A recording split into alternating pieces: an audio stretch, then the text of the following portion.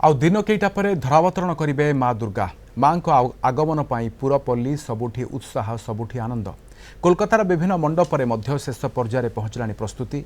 कोलकातार मुदियाली दुर्गा पूजा कमिटी पक्षर चेतनात्मक पूजा मंडप निर्माण होउछि। ए मंडपर थीम होउछि आत्मशुद्धि। मंडप परिसर कर्मकर्ता एवं शिल्पी मान सहित आलोचना करछन्ति आम Kalinga TV bureau head Pramod Mahanti.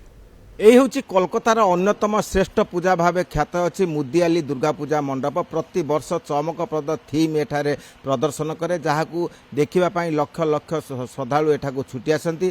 चलित वर्ष यही दुर्गा पूजा मंडपर थीम रही आत्मशुद्धि एवं वर्तमान परिवेश रे साधारण जनता जीवन किपरि कलुषित हो जाउछि एवं सेही कलशमुक्त जीवन किपरि शुद्धिकरण हेब सेतिपई विभिन्न रूप छंद यही मंडपर विभिन्न प्रांत में देखा जाइछि। आमे देखा पाउछे घूर्ण्यमान स्तंभ रही एवं से प्रदीप जला जाइछि एवं से प्रदीप दर्शाउछि जे साधारण मनुष्य निज जीवन थिबा कलुष जीवन थिबा पाप जीवन थिबा भूल विभ्रांति से समस्त को दूर करी आत्मशुद्धिर जो पथ सेति बाछि नेबाक हेबो। एवं देखा पाउछन जे चतुर्पार्श्व पुरुलियारू जो पोड़ा माटी रे तैयारी शुद्धिकरण माटी रे एठारे मंडप तैयारी होइछि एवं देवादेवी मूर्ति तैयारी होइछि। घूर्ण्यमान एक आकाश रे जो पुष्प तारा सेठारे प्रदर्शन करा जाइछि। एक अभिनव रूपरेख एही मंडप रे छत्रे छत्रे देखा जाउछि एवं एही मूर्ति निर्माण रे मध्य स्वतंत्रता रही। आम देखा पाउछन जे समस्त खंब किपरि घूर्ण्यमान अवस्था रे रही एवं जेतबेले मंडपर प्राय वर्तमान शेष पर्यायर पहुंची निर्माण कार्य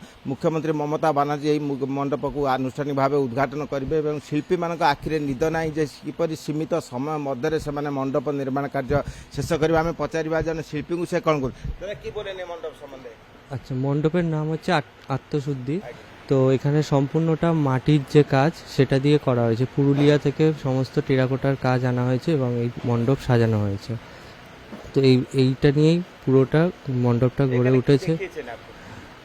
এটা বিমান সাহা তৈরি, শিল্পীর নাম বিমান সাহা। তো তার এখানে যে আত্মার যে শুদ্ধিকরণ সেইটা এই মণ্ডপের মধ্যে তুলে ধরা হয়েছে। এটা আমাদের পুরো মাটি দিয়ে কাজ হয়েছে। পুরুলিয়া থেকে বিখ্যাত আনা হয়েছে, সব কিছু মাটি তৈরি হয়েছে। আমাদের কাজ চলছে প্রায় 6 মাস ধরে। যেটা ভাবনা আছে আমাদের আর্টিস্টের নাম হচ্ছে বিমান সাহা। পুরোটা কাজ হয়েছে, যেখানে দেখবেন কোথাও ইট দিয়ে তৈরি হয়েছে মণ্ডপটা, যেখানে মা দুর্গা আছে ইটে লেখা আছে বা কোথাও লেখা আছে, সব কিছু তৈরি করা হয়েছে, ফুটিয়ে তোলা হয়েছে কাজটা।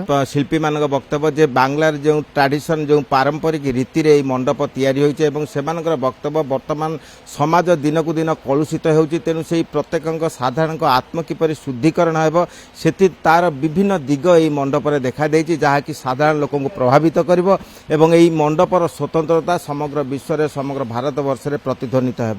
କୋଲକାତାରୁ ଭିଡ଼ିଓ ପର୍ସନ କୃଷ୍ଣାଙ୍କ ସହ ପ୍ରମୋଦ ମହାନ୍ତି, କଳିଙ୍ଗ ଟିଭି।